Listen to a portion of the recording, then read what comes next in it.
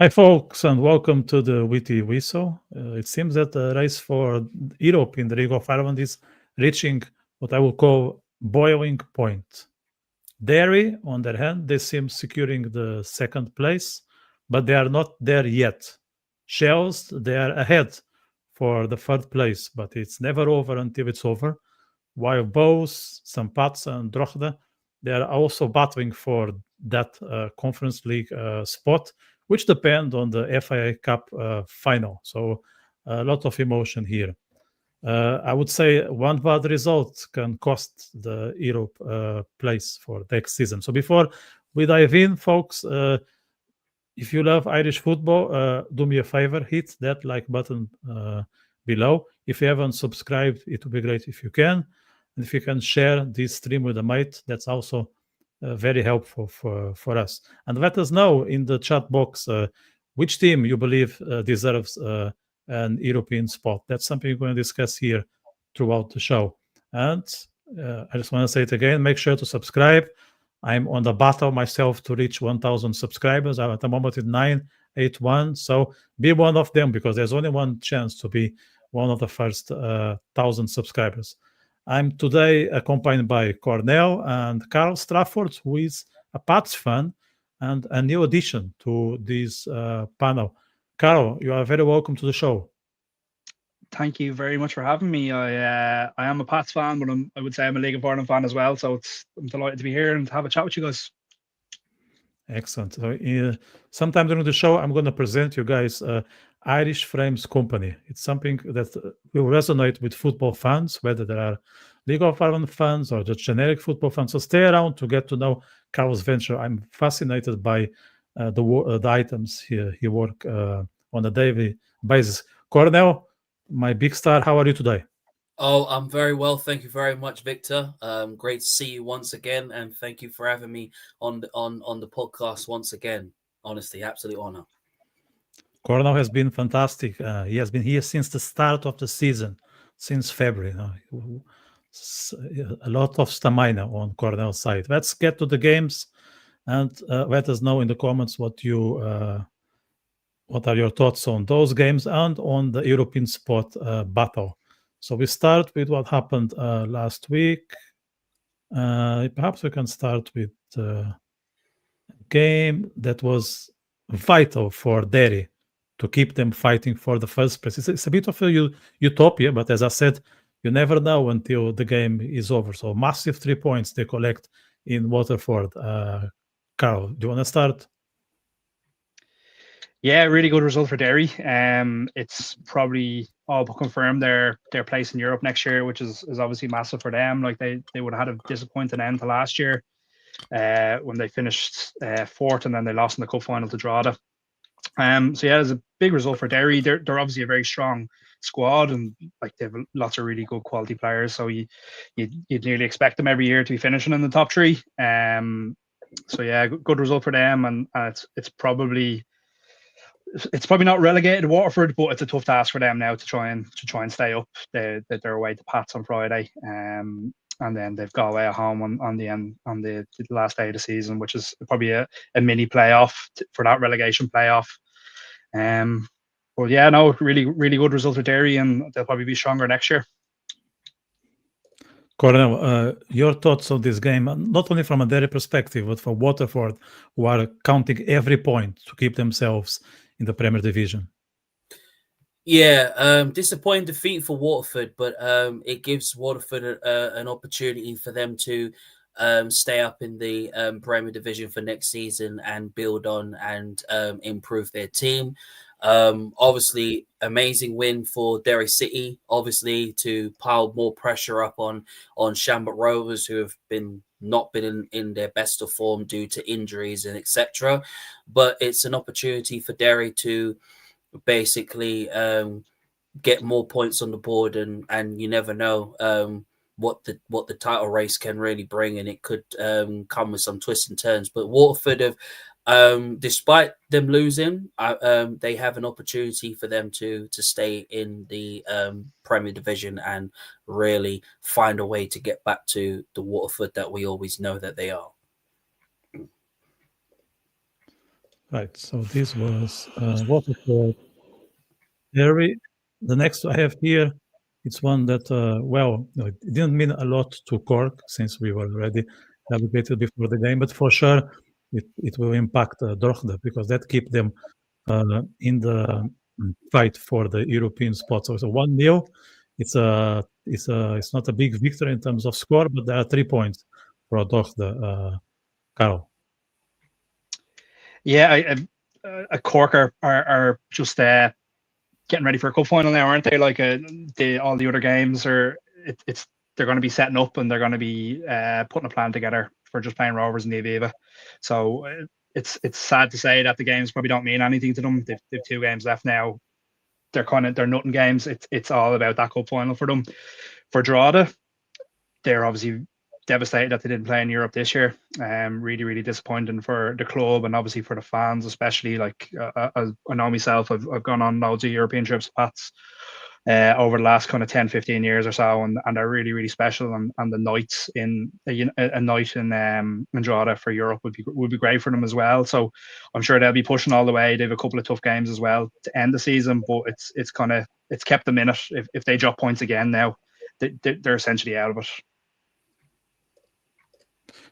Cornell, I want to ask you one particular thing here. I just got to know today that Cork City, on the way to Drogheda, they stopped by the Aviva because I think they wanted to get a feeling of the game. Of course, that impacted the performance since the bus journey was way longer because they have to stop in Dublin. So that meant another 2 or 3 hours. And there's a lot of discussion about it. Do you think that was wise from your perspective, or they should focus on each game at time?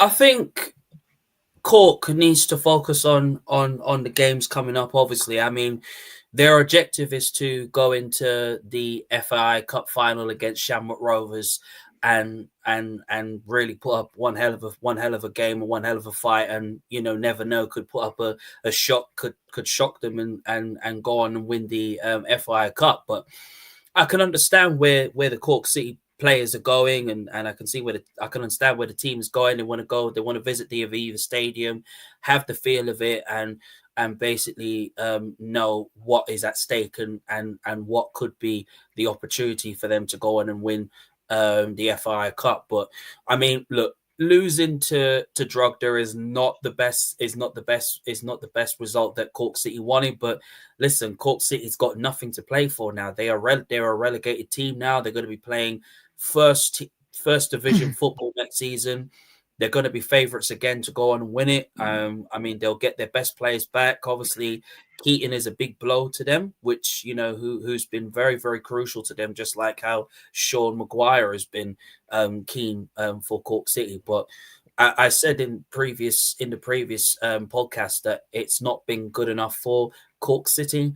Cork City haven't really been at their best, and Nash knows that, and the whole team knows that. So, I mean, look, Drogheda, listen, great win for them. They were very unlucky to be kicked out of Europe. It wasn't really part of the script, but obviously Drogheda is not giving up on the race for Europe, especially with who's in it now, with Shels in it, Bohemians in it now, and St. Pat's also, in the race as well. So it's going to go down to the wire who finishes in the race for Europe and who's successful and who misses out. Right. Next one was an encounter between two teams that were in excellent form, which made the result unpredictable. It turned out that the home team was happy at the end, and these were another 3 points for Joe O'Brien squad, who has been fantastic, I have to say, since he took over. Karl, how do you see Shels at this point after another 3 points? Yeah, they've been really strong since Joey's come in. He's really solidified them. They're kind of having an opposite ending to this season than they did to last year. Like they were so poor in the second half of last season, and this year they've been so strong. And obviously they've done really well in Europe to get into the Conference League phase now.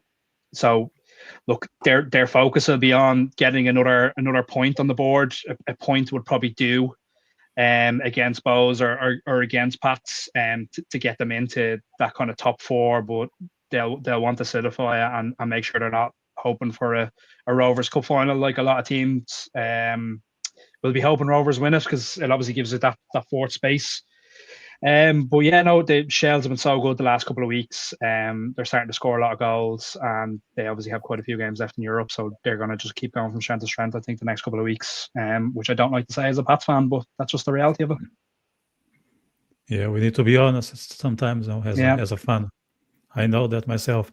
Cordell, we're trying to figure it out, a prediction for this game, and we are both of us hesitating. But it turned out that Shels are unstoppable. Yeah, Shels are an amazing, great form this season.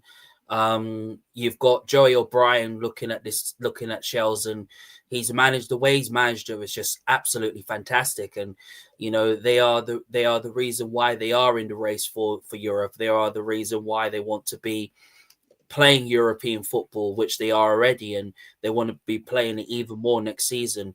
And the way that Joey O'Brien's looked at this team, and since he's taken over, Shels has just been on a unstoppable ride, and they just can't be stopped right now. And I think I've been saying it from time that I think it's between Shelbourne and St. Pat's that will be favourites for race for Europe. And not just only that, I think the way that the players have also adapted to Joey O'Brien's playing standards as well, I think is also standout. When you got players like Kurt and McRoy, I think is just absolutely brilliant. Meepo, obviously, is still finding his feet, but we're seeing the very best of Meepo already. Harry Wood, sensational this season, absolutely brilliant this season, and obviously Martin as well, brilliant player, and the back line of Barrett and so on, I think has been hugely boosted. Certain other players, I think maybe could play a part as well. But I just think, like the way that Shels have gone about their business this season, with the season almost coming to an end, I think Shels will be ones that I think will be victorious at the end of the season and get European football for next season. Right, we're gonna move to Inchicore, where Rovers thought they could celebrate the title. But turned out they were wrong, because Pats, they upset them with a victory that made smile our friend Karl. I can see that. Were you at the game? Yeah, I was at the game. I got to all the home games with my dad, my brother, and my grandfather. We have season tickets in the halfway line, so we go every week. It was very nice to spoil Rovers Day, I have to say. I was very pessimistic going into the game. I was walking out of my house an hour before, and my neighbour, who's a Rovers fan, was in the garden, and he didn't get a ticket because obviously it's so difficult to get an away ticket for Richmond Park and for most League of Ireland grounds now. But I told him, I was like, I'd be very pessimistic tonight, and I'd say he'll do us, and it wouldn't be nice to see Rovers win the league in Richmond two times in 3 years. But I have to say the Pats' performance was absolutely incredible, probably our best of the season across a 90-minute period. Special mention for Barry Bagley. He was absolutely incredible, and he bossed the midfield and encapsulated really in his assist for Simon Power's goal. Like he took the ball in the turn of midfield, played it to Simon. Simon beat two players, sticks the top corner. But I thought Pats really were the better side throughout the night. Rovers had a couple of chances towards the end. Gaffney really troubled us when he came on. Michael Noonan, who was an absolutely smashing young player, didn't really get into the game, and it was really only when Gaffney came on that they started to create a few chances, and I'm surprised he didn't score. I think Joey and Ang made 4 or 5 incredible saves that kept us in the game. But I was very happy leaving Richmond Park on Friday night, which is always nice, and to beat Rovers in a Dublin derby. We haven't picked many points up in Dublin derbies this year, so it was really, really sweet.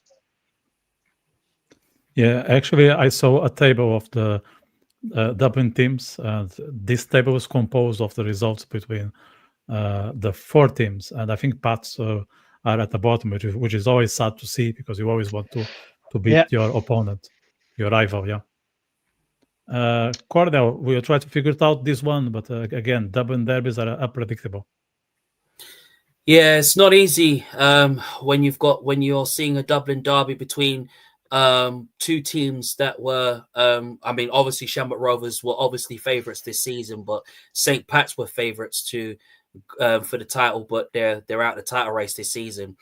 Amazing win for St. Pat's. Obviously, Shamrock Rovers had the chance to go on and win the League of Ireland title for a 22nd time, fifth time. But look, the wait still goes on, and they have to go to Derry City to go and win the title.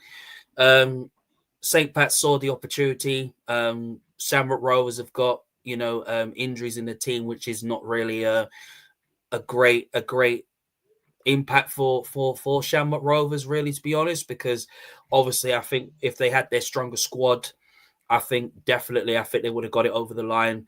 But I think Derry City can see the weaknesses in Shamrock Rovers' team, and I think it's going to go down to the wire to see what happens. But I think, look, St. Pat's got the win for a reason. Barry Bagley, absolutely sensational in that midfield, and I think when he's in that midfield with Lennon, I think him, Lennon, and Forrester are outstanding. Simon Power, who's been very unlucky, being in and out of the team. When you've got Kean Levy, who's killing it right now in the team, especially when you haven't got Zebedee in the team, who's out injured at the moment, then it is very, very difficult. But look, I think Shamrock Rovers will feel that it's undone by that they lost, but I think it's an opportunity for them to go into the next game and get 3 points out of it. But look, St. Pat's deserve to win it. They want to still be in the race for Europe and an opportunity for them to play European football next season. So it's their chance for them to go and really make that huge upset and try and find a way to get into the race for Europe. Right, and the final game from last week, it was a disappointment for Bohs fans. They traveled all the way to the west and they came back with no points, which is always sad, especially taking consideration Galway's form, which hasn't been the best over the last couple of months. I think Bohs had a different expectation for this game, but it was what it was, Karl. Yeah, Galway aren't going to go down without a fight. Like they're like a team of MMA fighters, really, like the way they play the game and how strong and physical they are, how their manager sets them up. They're really, really difficult side to play against, and Dalymount Park is really, really difficult place to go. Like I think Pat lost there at the beginning of the season. I think the second game of the year, so I know how strong they are at home. Bohs would be really disappointed. Like they were in such good form for a big part of the season, and they were pushing Rovers for that kind of second spot, and potentially even looking like they were going to challenge at one stage, and they've really fallen off in the last few weeks. They've obviously struggled to get into Europe for a number of years now. So they'll be disappointed if they miss out after having such a good kind of start and middle to the season. To fall off the way they have is not great for them. But if it means Pat to get the place in Europe, then I don't mind. Cornell, these 3 points for Galway, I think they were gold. They were not just 3 points; they were absolute gold at this time of the season. Yeah, it's the time of the season for Galway United. Obviously, Galway United haven't been great this season. Galway United fans and everyone knows that they haven't coped without Moses Dyer in the Galway United teams, despite that he's still got 10 goals this season. Bohs, on the other hand, I think will feel very undone by that they lost this game to Galway United, because this was an opportunity for them to stay third and to stop Derry from overtaking them in the League of Ireland Premier Division table. But look, I mean, it's a fantastic win for Galway United to really try and gain momentum and finish mid-table and try and rebuild next season and replace Moses Dyer next season, because it hasn't been very good for Bohemians for Galway United. But look, Bohs, I think, have been sensational this season. The front four of Del Rooney, Devoy. Obviously, James Taylor's been an absolute A+ for them, especially up front. Leaving Drogheda is not easy. James Clark, sensational. Del Rooney, of course, has been brilliant as well. But look, I think it's very important that that Bohemians really keep up the race for Europe, along with Pats and Derry and Shels and Drogheda. But we all know where it's possibly going to be going from now to the end of the season. So yeah, it's a sad loss for Bohs, but I think in the next game, I think they'll bounce back. Right. So before we move to the next topic, I want to invite everyone that are watching to use that Q&R to subscribe and be part of the first 1,000. There's only one chance. There won't be another second first 1,000. We are now at 982. We start with 981. And here in this modest YouTube channel, we count and we vow every single subscriber. So if you want to be 983, the place is yours. Use that QR and subscribe, and you'll be notified of our upcoming shows. Cornell is here every week. So if you want to know more about the Ring of Ireland, that's the right place for you. Let's move to the first division, because there's a lot of emotion as well there with the playoffs starting on Friday. I want to ask the viewers and yourselves, guys, who will win the first division playoff? Let us know in the comments. Cobh Ramblers, Brave Wonders, UCD, or Treaty. I think before Cobh manager being sacked, we all had thought that Cobh will win it. But at this point, it's a bit tricky, since I think Cobh will be unstable for the next couple of games. Your thoughts on that, Karl? Yeah, really surprised to see the Cobh manager leave. I didn't read too much into it now. I didn't get a chance. But it's a very strange time, and they've had a great season. Like they've gotten 69 points in the first division. I'd say if you offered that to Cobh at the start of the year, they would have snapped your hand off. And they did push them back. In fairness, like there were 2 or 3 results go the other way throughout the year, and it's Cobh that's going up automatically and not Dundalk.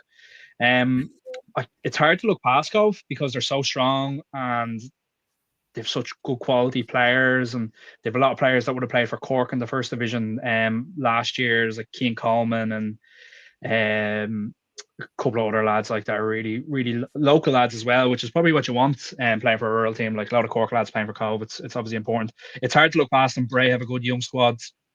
A lot of really good young kind of Ireland internationals playing for them. UCD are kind of at the beginning of their kind of 4-year cycle where they brought all their young lads in who are all at the start of their degrees, so they'll come good in the next year or two. It's probably just too soon for them. And then Treaty are the 4th place team there. They're 4th there for a reason. They just kind of got in on the last day of the season. So it's hard to look past Cobh for me, to be honest with you, even with the manager leaving. So you stick with Cobh. Cornell, I know that Cobh was our bet last week. Do you keep the bet, or are you changing your mind? I'm keeping the bet that Cobh will to make the playoffs this season, and they have done that. I think they'll be favourites going into the first division playoffs. They'll definitely cause a big, massive upset in the first division playoffs. Bray, have been pretty decent as well. UCD. I think they've been good as well. I think they've had some very good results, and they fully deserve to be in the first division playoffs this season. Treaty, obviously, I mean, they've had a bit of ups and downs, but it's not their fault. But look, I think Cobh, as Karl said, we can't look past them because they've been sensational this season. They've shown the ability to have the right players at the right time for them to go on and to find a way to go and score goals and make things happen. But look, I think it's going to be very, very close on who wins the first division playoffs. But I think for me, Cobh is favourite to win it this season. Right. So before we move to this weekend games, I want to show the talent, Karl's talent, which is unbelievable. So I was really impressed with this, and I wanted to have a look. So Karl owns a company called Irish Framing Company that I got to know. if I can let people know here in the show, when we were at the pub before the Pats Cork game. We just had a quick shot, and I didn't look when I was at the pub. I was more interested in the game and in my drinks. But back home, I was fascinated. So I said, I want to have Karl in the show, and I want to give him an opportunity to promote his items because they are outstanding. So I will show you, and if you don't mind, Carl, you can help us navigate through your webpage. You can share a couple of stories about Irish Framing Company. So from my understanding, those 3 or 4 items on the top, they are customizable. What people can do with those items here? Yeah, absolutely. So I think we all, as like football fans, we all have a jersey that's probably special to us. We might have got assigned by players that we love, or if you're lucky enough, you might even have a player's jersey that you might have been gifted throughout the years. I know for me personally, I was the operations manager at St. Patrick's Athletic for 5 years, and it was something quite commonly that we would give people gifts of like a signed jersey or a player's jersey if they were like a player sponsor or whatever, and it was quite costly to get it done. I suppose what you're just showing on the screen there is the biggest kind of size frame that I would stock. That would be kind of for like an extra large jersey or something big that's kind of well spread out with signatures, and that one there in particular is kind of a smaller size. But when we used to have to get them done, like I was getting quotes of kind of like €300-400 just to have one single jersey frame. So it kind of became a little bit of a prep project. I did a couple because we needed them last minute for the club, and they came out quite well. People were complimentary of them, and it kind of just developed into a bit of a hobby then for a while. And I just kind of decided that I'd try and make a run at it. I think there's a lot of people that have sports memorabilia that are really special to them, that they want to preserve, that they might want to give to their kids, or they might want to display in their home. So yeah, I kind of got into it as a hobby, as I said, and I developed it from there. I've got some great customers, like a lot of League of Ireland clubs have done work with me, but I've done stuff for women's rugby internationals and underage players, and you can see probably over my shoulder here, that's a Ireland girls, I think under 17s international jersey. So it's special, I suppose, when you represent your country, and it's definitely something you want to preserve. But even people that play for clubs, like if you win a county championship with your GAA team or with your school team or something like that, these are special moments for people, and they want to preserve that memory, and it's a story to tell, and it's something to give to the next generation to say, oh, I achieved this or I did that in my life. And it just inspires then the next generation of people to come along and do it. So that's a big reason why I did it. It's something that's interesting to me. And if I can help kind of the next generation of sports people preserve their memories, and that I've done something in my life, so I'd be happy with that. Yeah, that really resonates with me, like from an entrepreneurial point of view. It seems that it is from my understanding that you found a gap and you are trying to fill it, because there was something that you were looking for in the market. It was not available. You said, look, I go for it. So that's very interesting from a business point of view. I think it's something that for those out there who have their own venture and they are working on it, they will probably relate. Yeah, look, I'm probably guilty of it throughout my life, of where I've seen opportunities and I've gone for it, and I might have given up too soon. And I'm lucky enough. I got to work for the football club that I loved as a kid, and I was supported for 20 plus years of my life. So I was really happy to be able to do something like that, and then for something like this to come along, like a good opportunity to, I suppose, to stay in the world of sports, to be creative myself. Everything I do by hand, so everything is designed by me. I cut the actual design out by hand, so it's all done locally, and it's a unique. They're all unique pieces. Like there's no two things that are the exact same. I think what you find with a lot of companies that do kind of framing is that they have kind of cookie cutter designs. If 5 people go into the shop in a row, 5 people are going to come out with literally the exact same thing, or try and be customizable with colors and designs. So there's this yellow and blue jersey here, so I was able to make a yellow display with a blue trim, and I think it really pops out of frame really, really well. I do like customizable letters and like messages above it as well, which people really, really like. So if you've won something, so I've done All Ireland champions in Oscailga across the top. I've done cup winners. I've done club mottos. So yeah, look, it's something that would add to anyone's home or office or in your sports club or your local pub.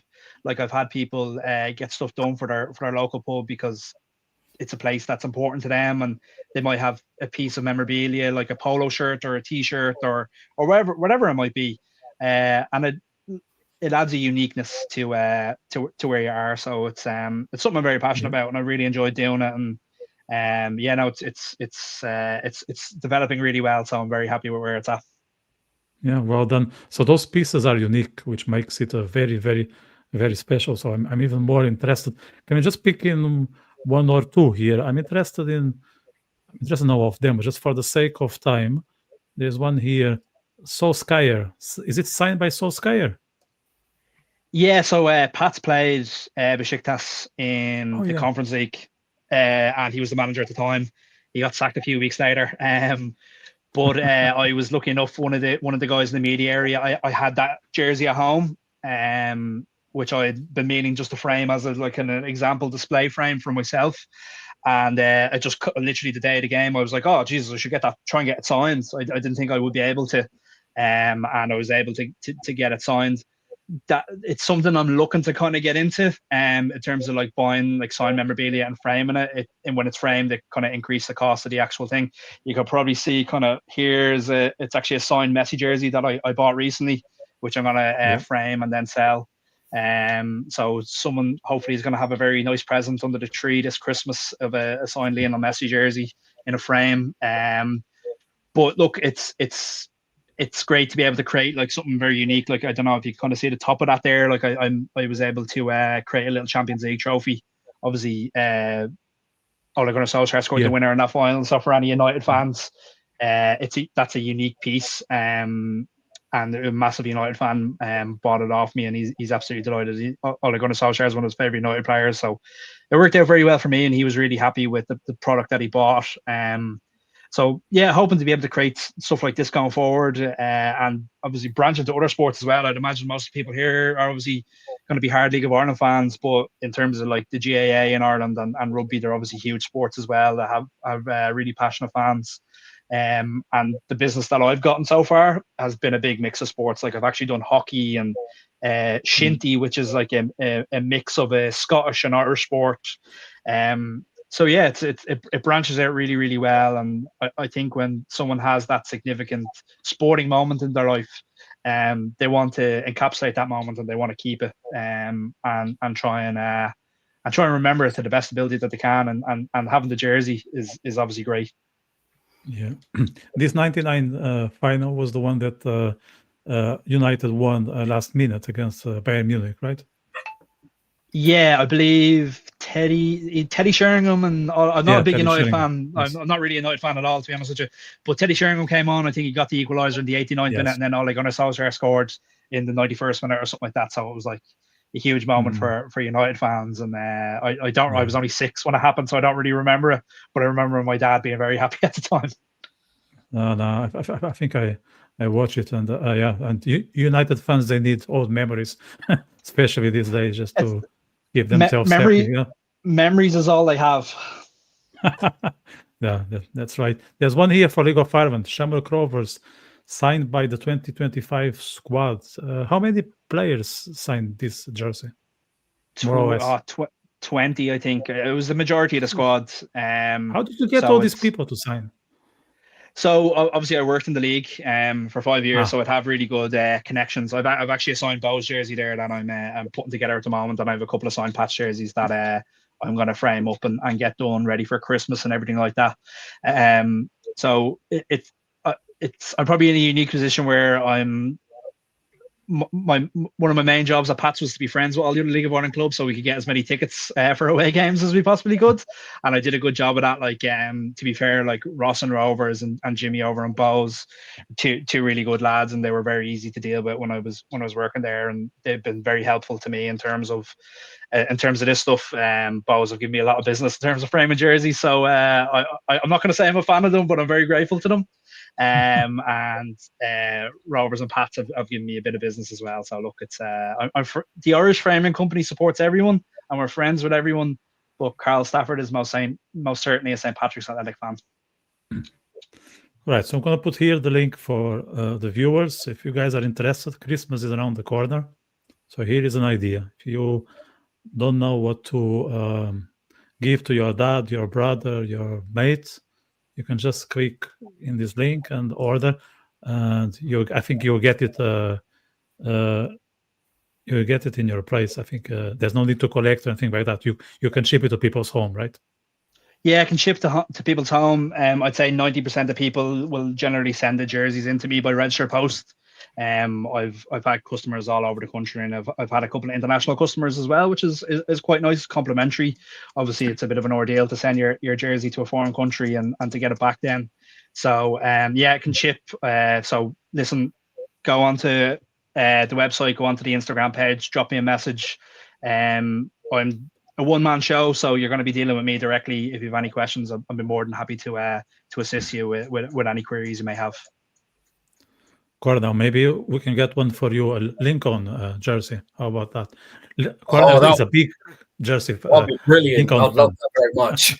I'll make you a little imp for the top of the frame.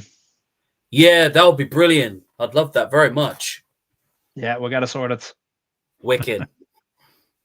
Good stuff. Let's move now to these weekend games, which happen between Friday and Saturday. They are not all at the same time, like next week, but they happen between the 24th and the 26th. So let's move to that. In the meantime, guys that are watching, make sure to share with someone who is not familiar with this podcast and they are fans of the League of Ireland.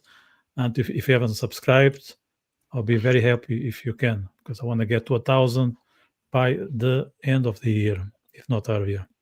Next game I want to discuss is, let's start with Inchicore, with Richmond Park. Crucial game for both teams for different reasons, Cornell. Yeah, this is very important for both teams. Waterford obviously want to stay up next season. They want to finish in the mid-table position as they can.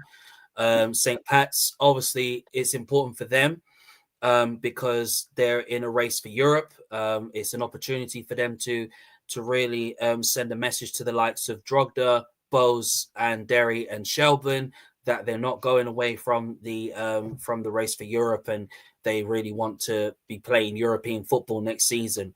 So I think this is very important for St. Pat's to really get points on the board and start gaining momentum, because we're like seeing sort of like confidence start to go down a bit, and it's kind of like being questioning Stephen Kenny as a manager. But look, I think from the previous win that they got against Shamrock Rovers, they stopped Shamrock Rovers from winning the title. Right now, they have an opportunity for them to go to win at Waterford and really find a way to get back in the frame. But look, I think this is going to go St. Pat's way, because St. Pat's are going to really gain some serious momentum from this game and really find a way to stay in position in Europe.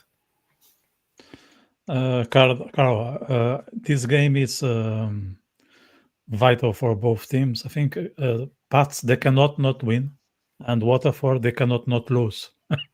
So what's your prediction for this one? Yeah, it's. I was looking at the fixtures for all the teams for the last kind of 2-3 games. It's so interesting because from 2nd to 9th, everyone has something to play for. They're either going to play in Europe, they're going to get relegated, or they're going to be in the middle of the table.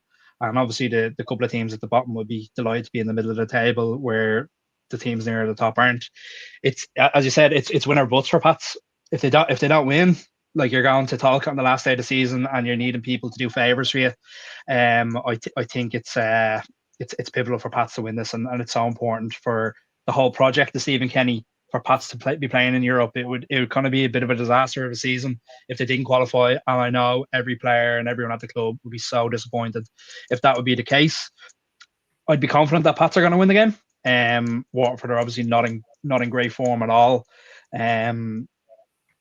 So I'd say a St. Pat's win, but Waterford have been dangerous, and I don't think it's been a while since Waterford have won in Richmond. But I do remember not too long ago they won 4 or 5 games in Richmond in a row. So I'm hoping that won't repeat itself. But we'll say a Pats win. I'm forever an optimist. So fingers crossed. Yeah, I'll say the same. 3 points for some parts won't be easy, but it doesn't matter. 3 points are 3 points, and that will keep you on the fight for the European spot. Before I move to next game, there's a question here from our good friend John O'Shea. John, good to see you on the other side. John is one of my favorite Cork fans. He's asking, do the lads think Cobh can defeat the 9th place Premier Division side? Cornell, I start with you. Yeah, I think they can. They've got every quality in their team to defeat a ninth place Premier Division side. I think they've got the chance to be the first division team to ever compete in the Premier Division. And Cobh has been in sensational form this season, and why the reason they are in the playoffs this season, and why they are where they are. So I think definitely, yeah, I think Cobh has got every bit of the ability and the quality to really compete with the very best in the Premier Division next season, and you never know. I think to finish as high as they can, next season. Same question for you, Karl, and I would like to ask you, which team do you think is going to finish 9th in the Premier Division? Well, just to answer the first division, the Cobh question first, I'd be totally opposite to Cornell. I don't think a first division team has a chance. I think the gulf in class between the Premier Division and the first division is a lot bigger than I think people realise. So I think it'd be really, really difficult for Cobh. I would be nearly certain that Cobh are going to come through the playoffs. And I would say it'll probably end up being Waterford. Just looking at the result or looking at the fixtures, Waterford are home to Galway on the last day of the season. So I think that's going to be the mini playoff before the playoff. But I honestly, I don't think Cobh will have enough to beat any of those teams, whether it's going to be Galway, Sligo, or Waterford. They probably have the best chance against Waterford, because I think Waterford are the weakest of the 3 teams. But I would fancy Waterford to do it. Although Cobh is actually the only ground I haven't been to in the League of Ireland, so I'd love them to come up so I can go there twice next year. But we'll see how they get on. And it's a beautiful ground, especially if you think of the surroundings. Karl, that's something I've discussed with John, that he was in this podcast, I think, last week or the week before. Can't remember now. It's one of the best away games, so you would enjoy. There's plenty of reasons to go down to Cobh, and I'm sure you have a good time. So fingers crossed that will happen at some point for Cobh fans. I'm sure Cobh will be hoping to see me next year, because it would mean they're in the Premier Division. So yeah, we will want that. Next one, it's between 2 teams that at the start, Cornell, we classified as the underdogs of the Premier Division. Now, Drogheda, they are still there as underdogs. They are fighting for the European spots, but Galway, they went down. At some point, they were even in the relegation spots. They are not anymore, but they can go back. Yeah, they can. They can go back if the result doesn't go Galway United's way, and obviously fall into the playoffs trap. But look, Drogheda will go into this game very, very confident, full of belief, full of optimism that they can get 3 points out of this and go in there as underdogs, because it's not easy playing against Drogheda, and Drogheda has really proven that this season why they are the underdog team that no one does want to be playing. But it's an opportunity and a chance for Drogheda to go into this game and really put a stamp on that race for Europe, for that European spot, for them, for the race for Europe. Galway United obviously want to be avoiding the playoffs, but if they fall into that trap, and they do, they haven't got no choice. But look, I think this is Drogda's game to win here. This is an opportunity for Drogheda to go into this game with full expectations and go into this game believing they can get all 3 points out of this game.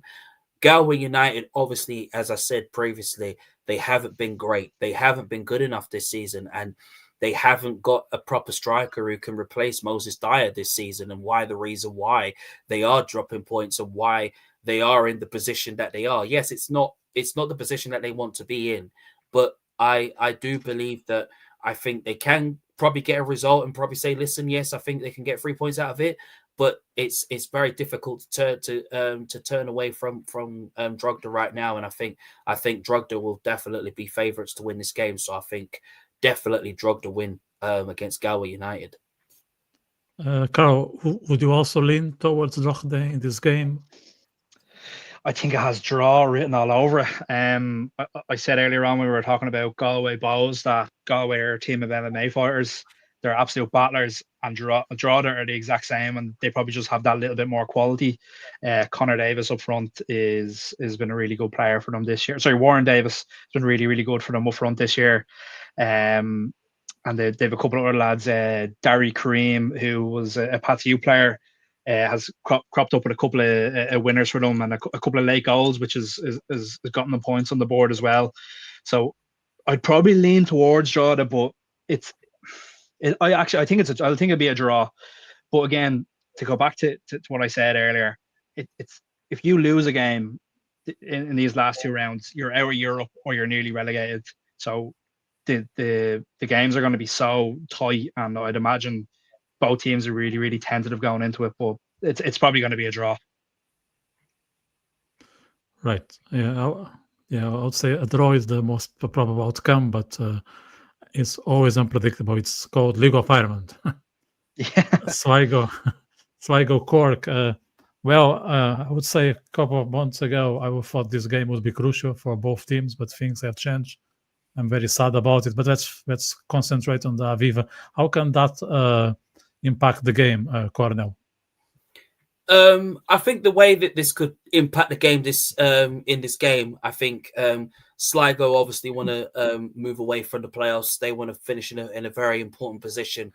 Owen Eldon's been in sensational form. Jay Hackey, Kiki's been in brilliant form this season, and the way John Russell has got the best out of Sligo is fantastic.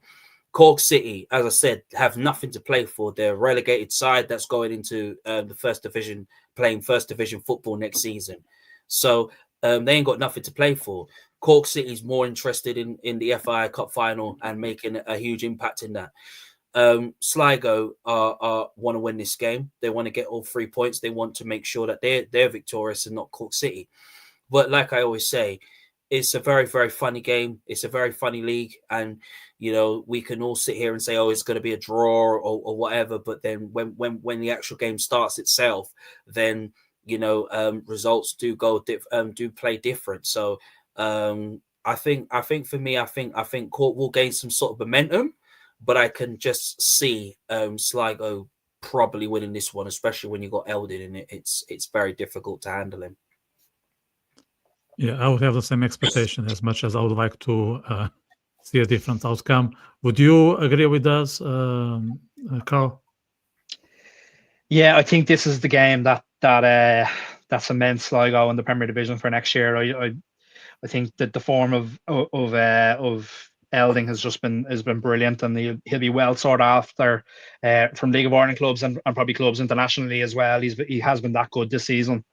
Again, Cork are just they're getting ready for a cup final. That's essentially what it is. Playing Sligo is not a bad dress rehearsal. They play football similarly to Shamrock Rovers, so I could see Cork setting up in a very similar way to how they did in the semi-final against Pats, where they had 3 big centre halves and their midfielders work like dogs. So I'd imagine a similar battling performance from Cork. I think Sligo will have a little bit too much for them. Keep Sligo on the first division or in the Premier Division again. So I'd say Sligo, and I think it might be comfortable.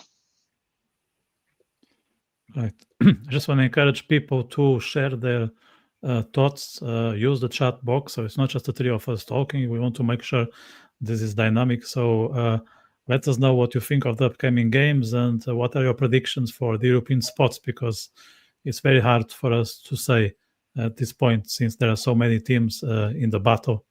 Another game we have here to discuss, it's probably the game of the week, since Derry can still dream of winning the title. It will be a season to remember, but as I said, it's the League of Ireland. Yeah, it's a massive game for both teams. Derry City is second in the League of Ireland. Shamrock Rovers is first. this is very important for Shamrock Rovers to not lose this game. They can't lose this game on this Friday coming against Derry because Derry is not far away from catching them up in second. Look, Shamrock Rovers have had an amazing season. They've had some amazing breakout players. You know, Michael Noonan at the age of 16, who's now going on 17 years old, has made a sensational impact for Shamrock Rovers. Graham Burke has been killing it with goal scoring ability, what he always does and does what he always does. You've got Aaron Greeny, who's in and out of the team, obviously can still find the net, knows how to score.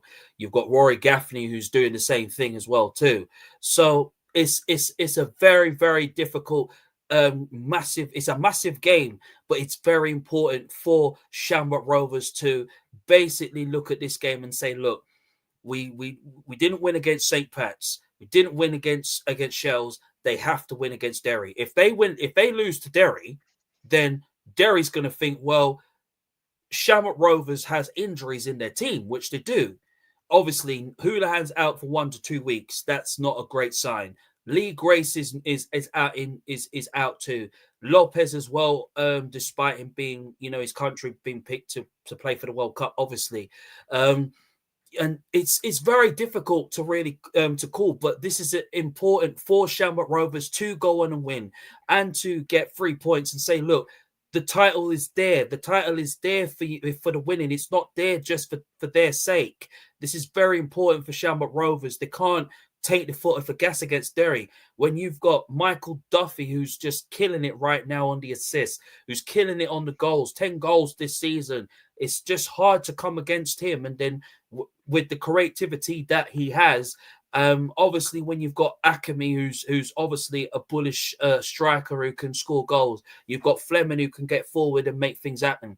It is very, very hard. And Tian Lynch is going to think, well, obviously he knows that Shamrock Rovers want to win their 5th consecutive League of Ireland title, that's their 22nd title.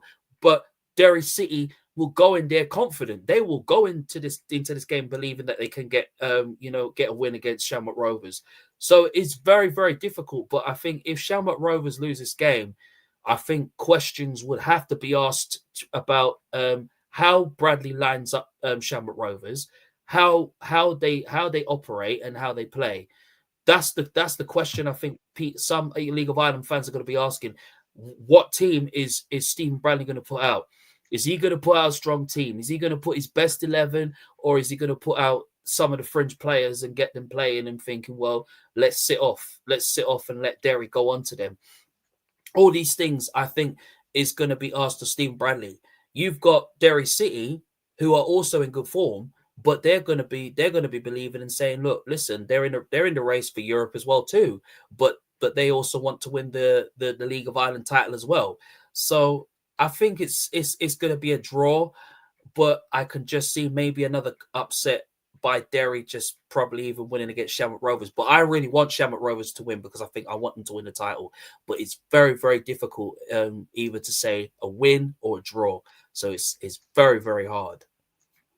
Yeah, I totally agree with you, Cornell. I don't see Shamrock Rovers winning this game, but they might come back crowned as champions. Karl, I was just checking the stats. Shamrock Rovers only won one game out of the last 4. Yeah, that's not normal. I mean, they played in Europe. They lost twice against the rivals.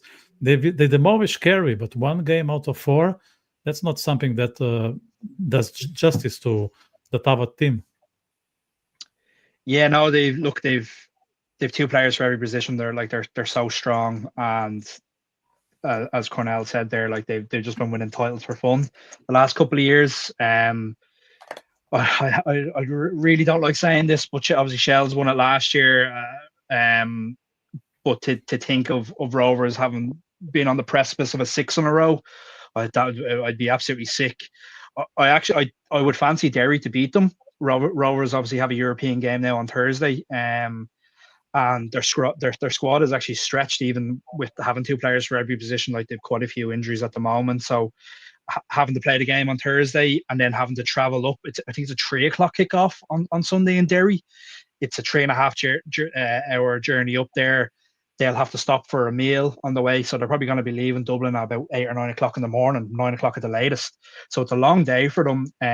It's a plastic pitch up there. Derry haven't lost a game since the 3rd of August, and they haven't lost a home game, I think, since May, which was against Rovers. Rovers beat them 2-1 up there. So I'd fancy Derry. It's going to make the run in a little, like, obviously very interesting. Rovers have 3 games left. Derry have 2. They're 6 points behind. Are Derry going to catch them?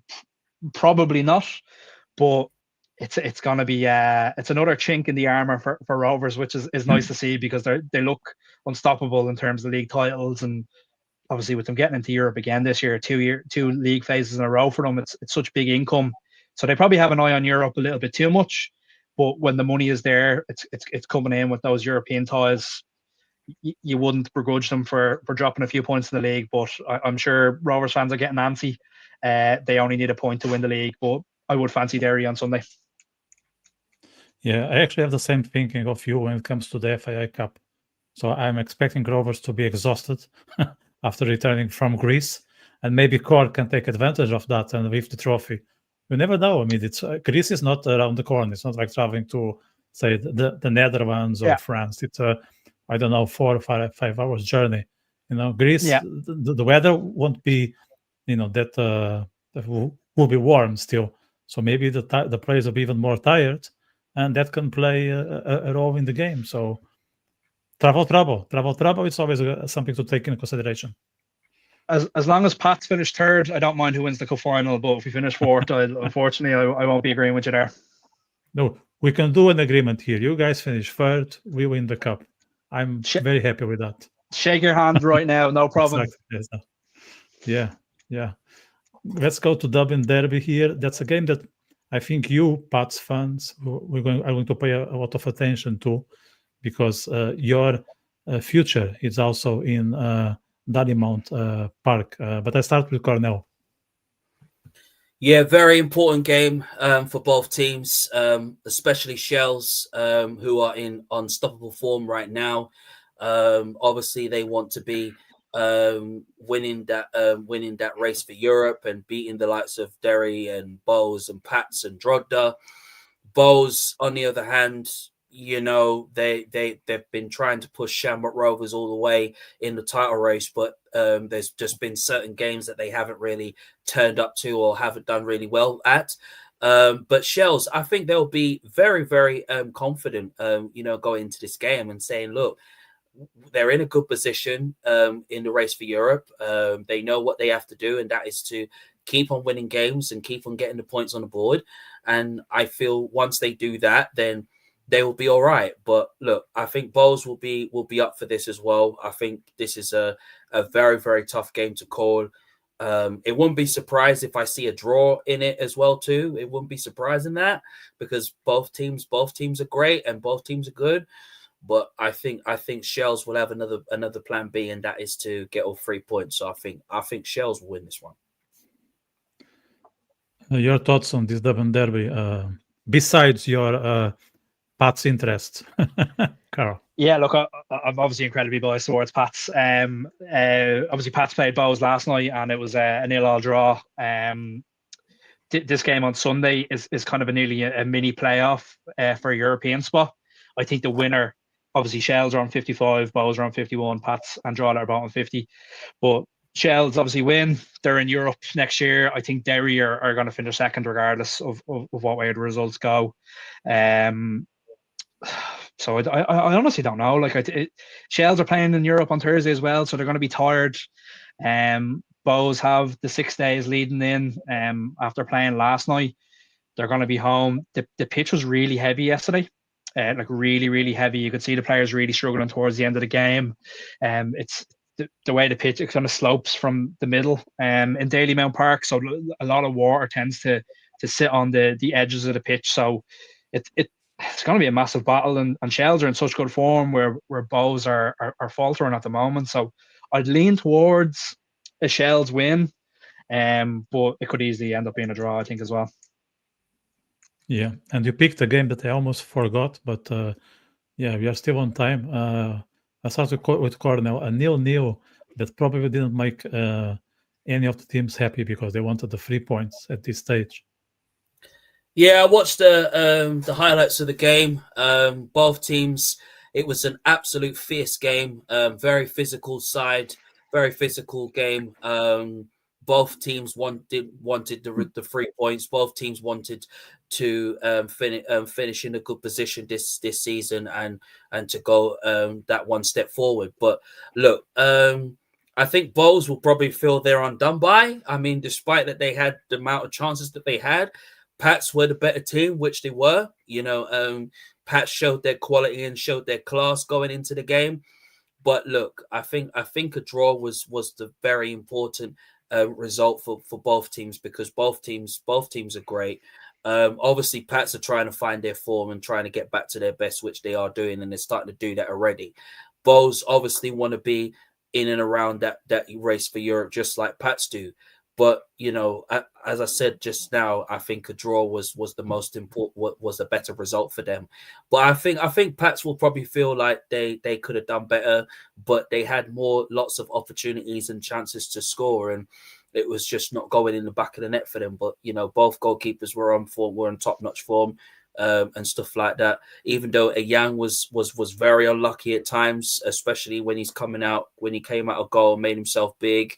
He's like another version of Onana to be prime example. But again, look, listen, both teams gave each other a very, very tough, hard game. But I think the draw was the at least outcome for both teams. Karl, you were at the game yesterday. Were in Dalymount, and you mentioned that the pitch wasn't pleasant. Do you think that was the main reason for the scoreless result? Probably not the main reason. I'd say it definitely came into play in the last kind of 20 minutes, half an hour of the game, because obviously all the players the pitch were soaking and they'd been running around for 60 minutes, but you could really see it starting to dig up in the second half, and it was a pretty even game. I think Pats probably had the best chance with Mason Melia, but it was fairly even. I think Bohs probably battered us in the last kind of 20 minutes, and we were holding on a bit. We made a couple of good subs. Ryan McLaughlin and Jay McClellan came on, and both were really, really good. Jay McClellan especially, he won the ball really well, and he was able to get us up the pitch a bit. But I was worried in the last 20 minutes that Bohs were going to kick on and win the game. And as Cornell said there, Anang did quite well in the game. Anang is probably a little bit better than Onana. I'll let other people kind of judge that themselves, but I do rate Joey Anang quite highly. He's a really good keeper. I think both teams will be disappointed with a 0-0 draw. It's where it's nip and tuck up there. If one of the teams won, that was probably the top four kind of solidified. But one thing which was mad in the game, Alan Reynolds getting sent off at half time. There was a little bit of a scuffle in the first half between a couple of Pats players and a couple of Bohs players, and Axel Sojberg was booked in that incident, and he was walking off the pitch. Alan Reynolds just runs up to him and starts pushing him in front of the referees. Like it's mad. He's so emotional, and I think he's been sent off so many times in his managerial career. Like, I think Bohs will be very disappointed with how he acted. Like, you'd like your manager to have a bit more self-control than that. Similar to the assistant manager Stephen O'Donnell, he's been sent off quite a few times in his managerial career as well, and his playing career. But the two of them seem so emotional, where the Bohs players are very disciplined considering how their manager and assistant manager act. But I always enjoy going to Dalymount Park. It's one of my favorite places. I think next year is going to be the last year of Dalymount, so it'll be sad to see the old Dalymount go, but there needs to be a new Dalymount Park, there needs to be a new Richmond Park, there needs to be a new Talca Park. So I'll say goodbye to it when we get there at the end of next season. Hopefully with a few Pats wins under the belt. Yeah, I mean, I agree with you. It's one of my favorite away games in the League of Ireland. Yeah, I really like it. So if there'll be renovations on the stadium, where are they going to play? Yeah, is there like an interim ground or? Well, I think they're talking about mixing it. I think. Well, I believe they want to play in Richmond. If I was there, I'd be saying no to that personally, because Richmond needs an upgrade as it is. It's not because I don't want another Dublin team to play there. It's I don't think Richmond Park can handle 36 games in the season, and then cup games and underage games on top of that. Like, Richmond Park is one of the best pitches in the country, in my opinion. But the actual infrastructure, like the main stand, I don't think would hold up if being used week to week. But I'd say obviously they played Rovers in the Aviva at the start of this season, and there was 30 odd thousand at it. So I don't see why they wouldn't play their games against Rovers there. Potentially play their games against Pats and Shels there as well. It's hard to know what the appetite is going to be like for those two fixtures compared to Bohs and Rovers. Obviously, it's the biggest game in the country. Two biggest clubs with kind of the biggest amount of supporters. So it'd be interesting to see where they end up. I could see them being in a mix of Richmond, a mix of the Aviva, but there's not really a lot of other options there. Like, they're not going to go to Tolka. They're definitely not going to go to Tala. Their fans would destroy the place every week if they were playing there.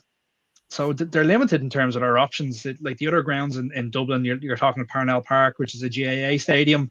I doubt they'll go there. The GAA aren't really too interested in being in bed with soccer clubs or football clubs. And then in stadiums, what else is there in Dublin? Santry, it holds 1,000 people. So it'll be interesting to see where they end up. If they do come to Richmond, I really hope that a lot's done to maintain that main stand, because it's not going to be able to deal with two games every week, and it'll be detrimental to the football that Pats play as well, because if you're adding another 18 league games in there as well, it's not going to be to the level that Stephen Kenny will want his football teams playing for it. So I'd say Stephen will probably have a final say on it. But be interested to see how. Anyway, regardless of all that, I'm looking forward to going to a new Dalymount Park in a couple of years' time. Yeah, and I look forward for the upcoming shows here.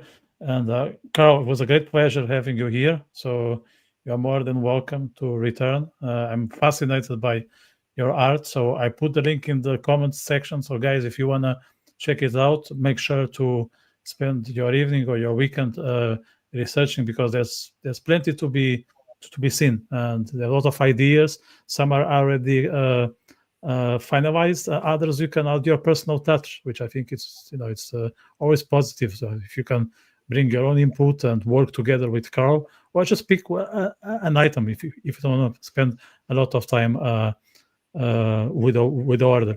If you want to be notified of upcoming shows, you can do it manually, or you can use the QR and subscribe to the channel. If you want to be part of the first 1,000, there are still 18 places, not a lot. I think they're going to disappear in the next few weeks, so press that subscribe button below. Cornell, always delighted to have you here. Hope we see you next Thursday. We usually do this on Thursdays, but this week, because of the Conference League, we thought it would be easier to do it on a Tuesday. Yeah, thank you very, very much for having me on the show. Obviously, Karl, it's obviously brilliant to see you on the show. Keep up the hard work that you're doing with all the Irish framing company and everything. Victor, I can understand. Yeah, normally we always do it on a Thursday normally, but sometimes the podcast has got to be pushed to a different day. So I'm always willing to come on.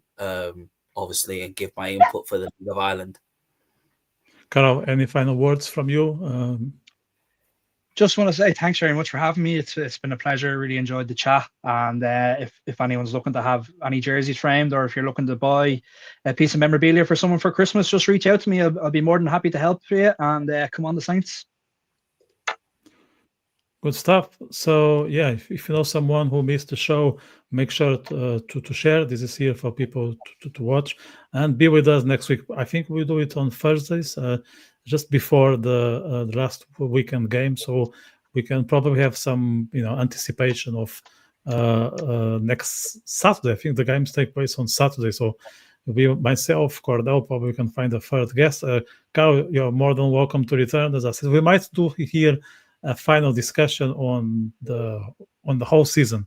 That's something that you are into. You might organize this later in November, and one dedicated to the FAI Cup final. So I hope to see you around next week, and yeah, have a good evening, and take care. Thank you very much. Thanks, guys. Cheers. Take care.